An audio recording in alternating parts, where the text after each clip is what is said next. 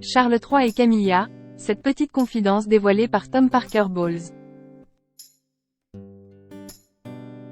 Alors que les rumeurs concernant une hypothétique visite de Charles III et de la reine Camilla en Australie s'intensifient, Tom Parker Bowles, le fils de la souveraine, a vendu la mèche aux journalistes du Sydney Morning Herald, la semaine dernière.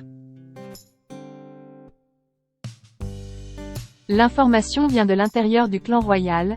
Charles III et la reine Camilla devraient bien se rendre en Australie lors de l'année 2024.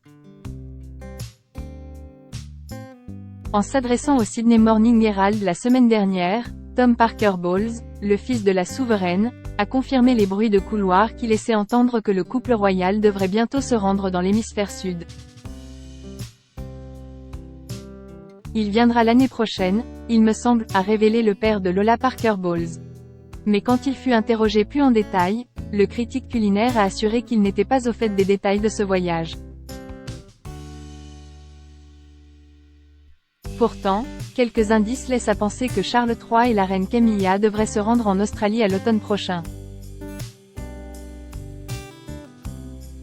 Le 21 octobre, le souverain se rendra dans les Samoa, où se tiendra la réunion des chefs de gouvernement du Commonwealth.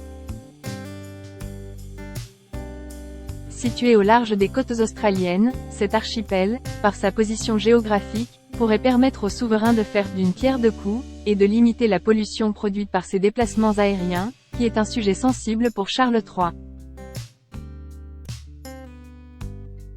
Une visite sous tension.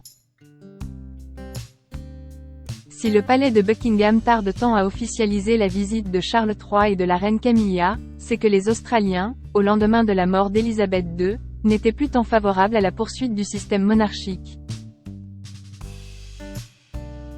Selon un sondage conduit par l'Institut Resolve Political Monitor, 46% des Australiens se seraient exprimés en faveur d'un futur républicain, refusant de voir Charles III comme leur nouveau chef d'État. La venue de celui-ci dans l'hémisphère sud permettra au cabinet du roi de jauger la popularité de celui-ci en Océanie, un peu plus de 2 ans après le décès d'Élisabeth II.